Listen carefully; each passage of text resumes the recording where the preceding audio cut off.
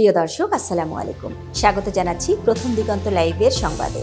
সাথে আছে মিশরাত জাহান। এখন দেখবেন নারায়ণগঞ্জ প্রতিনিধি নারায়ণগঞ্জের সংবাদ।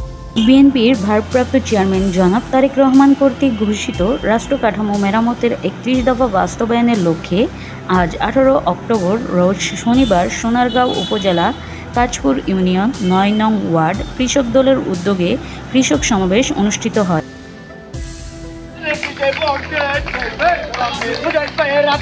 সেখানে প্রধান অতিথি হিসাবে উপস্থিত ছিলেন নারায়ণগঞ্জ ৩ সোনারগাঁও সিদ্ধিরগঞ্জ আসনের বাংলাদেশ জাতীয়তাবাদী দল বিএনপির এমপি মনোনয়ন প্রত্যাশী জনাব আল মুজাহিদ মল্লিক। জনাব আল মুজাহিদ মল্লিক প্রধান অতিথির বক্তব্যে বলেন, তরুণ সমাজকে ধ্বংস করছে মাদকের কারবারি। মাদক মুক্ত করার জন্য কার্যকর ব্যবস্থা নেবেন বলে জানিয়েছেন মুজাহিদ মল্লিক। তিনি আরও বলেন, বাংলাদেশের তারুণ্যের একটি বড় অংশ বেকার। আমাকে যদি এমপি মনোনয়ন দেওয়া হয় তাহলে বেকারত্ব দূর করার জন্য কর্মসংস্থান নিয়ে কাজ করব। বিস্তারিত ডেস্ক রিপোর্ট।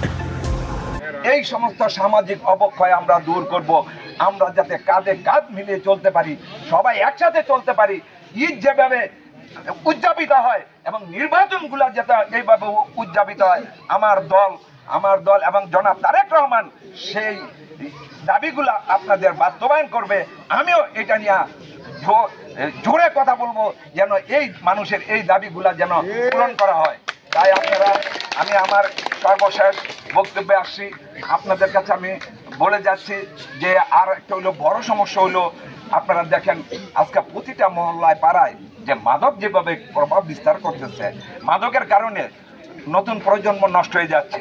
এই থেকে মাদক মুক্ত করার জন্য আমরা কার্যকরী ব্যবস্থা নিব এবং আজকে এই বাংলাদেশে তারুণ্যের একটা বড় অংশ আজকে বেকার।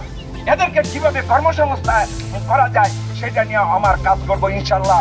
আমি আপনাদেরকে কথা দিয়ে দিচ্ছি, আমার দল যদি ক্ষমতায় আসে, আমরা যদি ক্ষমতায় আসি, ইনশাল্লাহ এই জরুরি দাবিগুলো হইলো আগে পূরণ করা হবে। আমি আমার বক্তব্য শেষ পর্যায়ে আমি আপনাদের কাছে দোয়া চাবো। আপনারা যদি আমাকে ভালো মনে করেন, আমার সম্বন্ধে জানবেন, আমাকে চিনবেন। যদি মনে করেন যে আমি একজন ভালো মানুষ অথবা আমার চেয়ে যে ভালো মানুষ আছে তাদের জন্য আপনারা দোয়া করবেন, কাজ করবেন, তাইলে আপনারা সুন্দরভাবে জীবন যাপন করতে পারবেন। আর নচেত খারাপ লোকরা যদি এই আবার ক্ষমতায় আসে তাইলে দেখবেন যে আবার আপনাদের উপরে দুর্ভোগ নেমে আসবে।